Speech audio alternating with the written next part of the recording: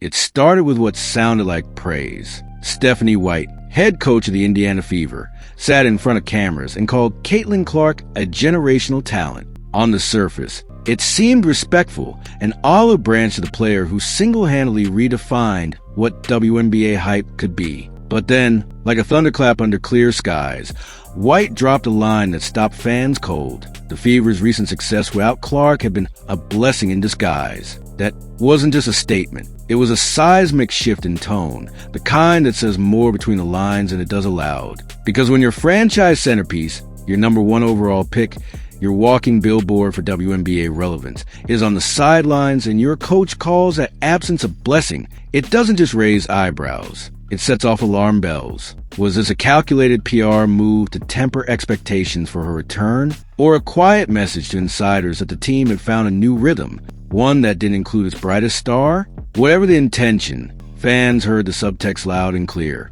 Maybe, just maybe, the Fever are moving on. And yet, you don't just move on from Caitlin Clark. You don't look at a player who changed the face of women's basketball and say, we're good without her, because that's not just poor optics. It's delusional. The moment those words left Stephanie White's mouth, a divide opened up, a chasm between what the fans see on the court and what the coaching staff is selling in interviews. And if you listen closely, it's not just a coaching decision. It's a cultural shift. The idea that the Fever are somehow better without Caitlin Clark is the kind of narrative that sounds good only on paper. Sure, they've strung together a 5-game win streak. But ask yourself this, who are they playing? The Mercury, the Wings, the Storm, the Sky. Teams resting starters. Teams scrambling with internal issues. Teams that didn't bring their A game. These weren't championship contenders. They were glorified scrimmages. And yet, the media latched onto the streak like it was gospel. The Fever are figuring it out without Caitlin,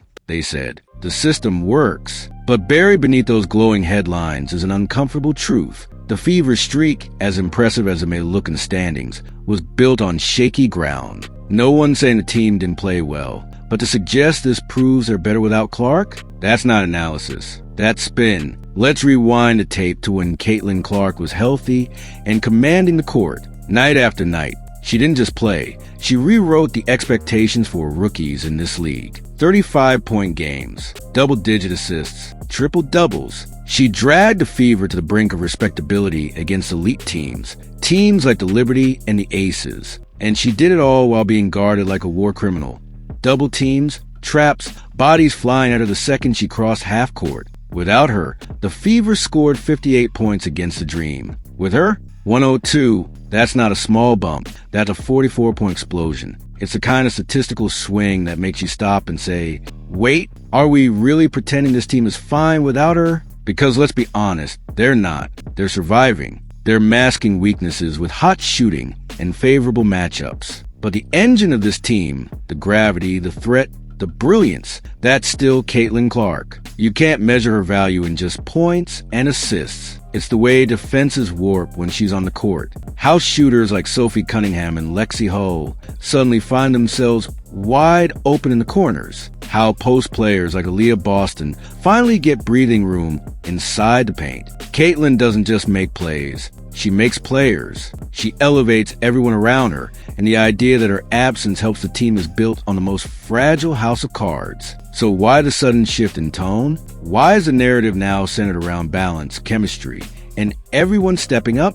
Here's the hard truth. It's about control. Stephanie White is a system coach. She believes in ball movement, shared responsibility, methodical offense. And Clark? Clark is chaos. Creative, spontaneous, brilliant chaos. She doesn't fit into systems. She becomes a system. And that's where the power struggle begins. Because when Clark went down, something else happened. White got her team back. Her system flourished. Her voice grew louder. Her rotations tightened. And suddenly, winning without Clark became more than a survival tactic. It became validation. Proof that White's blueprint worked. That she didn't need to build her identity around one player, no matter how transcendent. But that's the illusion. The Fever haven't evolved past Caitlin Clark. They've temporarily managed without her. And now, With her return looming, White and the front office face an impossible decision: double down on the balanced offense they had cultivated in her absence, or hand the keys back to the player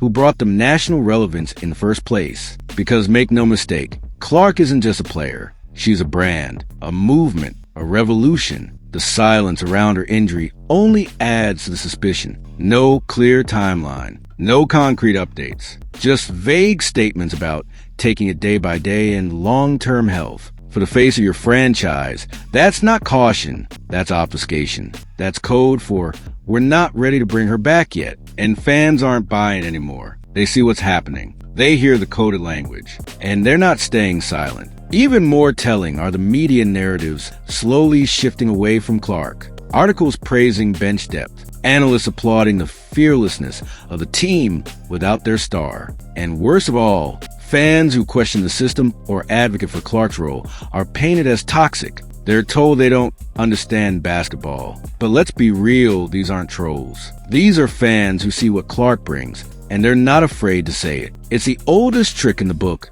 gaslight the audience into thinking the problem isn't the system, but the person who challenges it. Paint Clark as difficult, demanding, a diva, suggest she's not a team player, float the idea that maybe she should come off the bench, or adjust to the new system. But here's the thing, Caitlin Clark isn't the problem. The problem is trying to cage a lion and then acting surprised when it refuses to purr. And let's not ignore the numbers. When Clark was a focal point, the Fever were competing with giants. Now, without her, they're squeaking out wins against skeleton crews and bench rotations. Sure, the ball is moving more, but is the offense better? Not even close. Aaliyah Boston has regressed. Lexi Hull is vanishing. The offense is less dynamic, less dangerous, less real. Yet somehow, the narrative persists that this is growth, that this is progress. But ask yourself, how sustainable is it? What happens when the hot shooting cools off? When opponents stop underestimating them? When the media spotlight returns and the expectations skyrocket again? Who do you trust to carry this team then? Because we all know the answer. It's Caitlin Clark. It's always been Caitlin Clark. And here's where it gets truly dangerous. If the Fever continue down this path, if they try to sideline Clark's influence,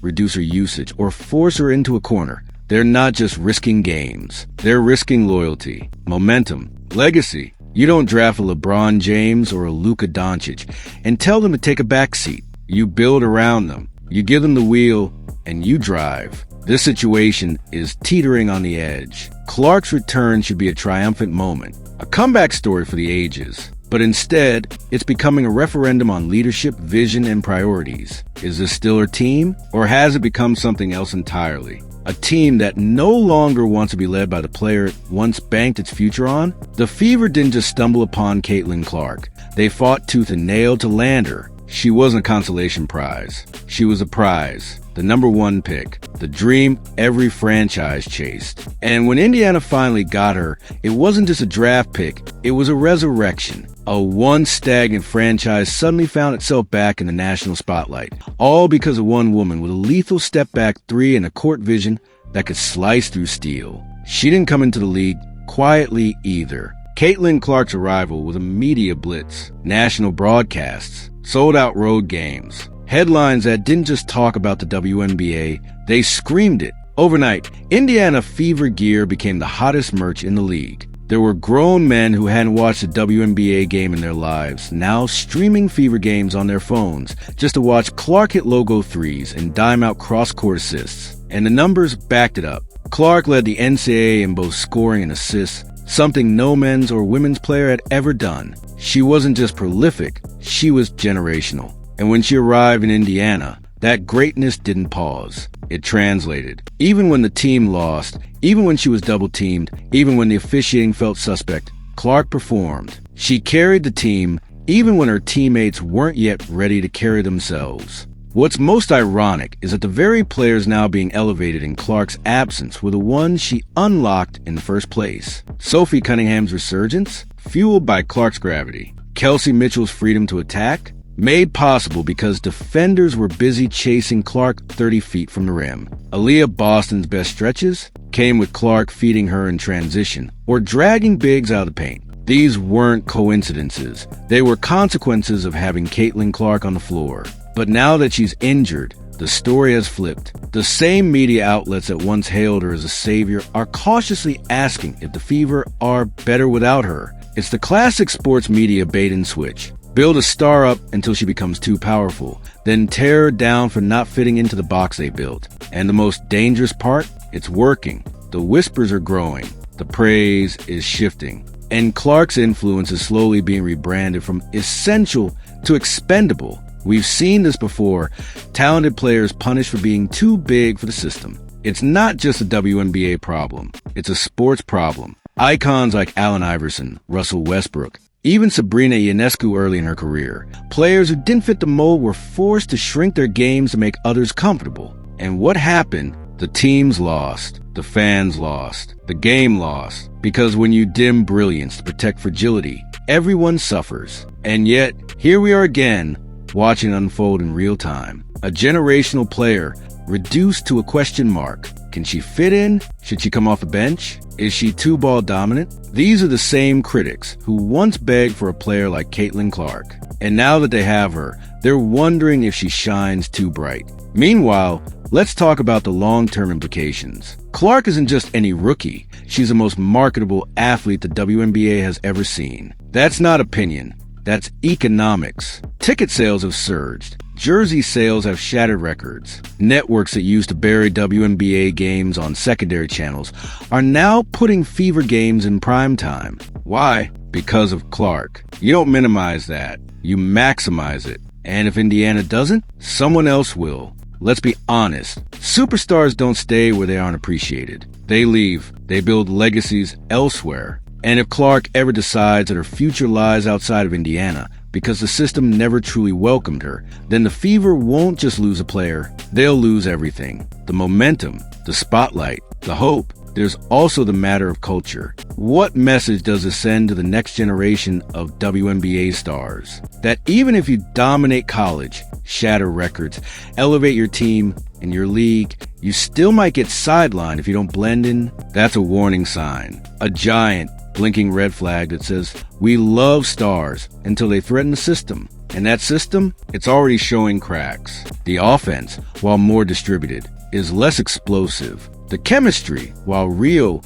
is being overhyped. The wins against teams that weren't locked in. But the moment Clark returns and the Fever face top-tier competition again, those cracks will widen. And then everyone will look around and realize the only glue strong enough to hold this team together was sitting on the bench the whole time. The most damning thing is that fans see all of this. They're not fooled by the glossy post-game quotes or the balanced box scores. They watched this league long enough to know when something feels off. And right now, it doesn't just feel off, it feels intentional. Like someone is trying to shift the narrative before the spotlight gets too hot again. But Clark's fans, they're not going anywhere. Because at the end of the day, this isn't just about basketball. It's about respect. It's about power. It's about the audacity of brilliance in a world that still struggles to embrace women who demand space. And Caitlin Clark, she doesn't just demand it. She owns it. On the court, in the headlines, in the hearts of millions. So if you're watching this, understand this isn't just a sports story. It's a battle. A test of whether a generational talent will be celebrated or silenced. Whether a system will evolve or dig in its heels, and whether the WNBA is truly ready for the revolution it claims to want. Because Caitlin Clark didn't come here to fit in. She came here to take over. Fans are already choosing sides. Social media is ablaze. Team Caitlin. Hashtags flood the comments. And the longer this tension simmers, the harder it will be to reintegrate her without drama. Because Clark's not coming back to the same locker room she left. She's walking into a new pecking order. One that may not be eager to give up its newfound autonomy. But let's be very clear. If the Fever try to relegate Clark to just another piece of the puzzle, they're not just making a mistake. They're committing franchise malpractice. This league has never had a star like her. A player who brings ratings, sells out arenas, and lights up highlight reels every night. And trying to clip her wings to protect a system? That's not just short-sighted. It's suicidal. So as the clock ticks toward a return, one question looms large over the entire WNBA. Will Caitlin Clark be allowed to be Caitlin Clark? Or will she be forced to play a role? suppress her instincts, and dim her light to keep the system intact? Because if the answer is the latter, then the Fever aren't just losing a player, they're losing everything she brought with her. The tension is rising. The silence is deafening. And the next chapter in Caitlin Clark's story isn't about health. It's about power, about identity, about legacy. She was drafted to lead a revolution, not to be a role player. And if the Fever forget that, they won't just lose games. They'll lose the future.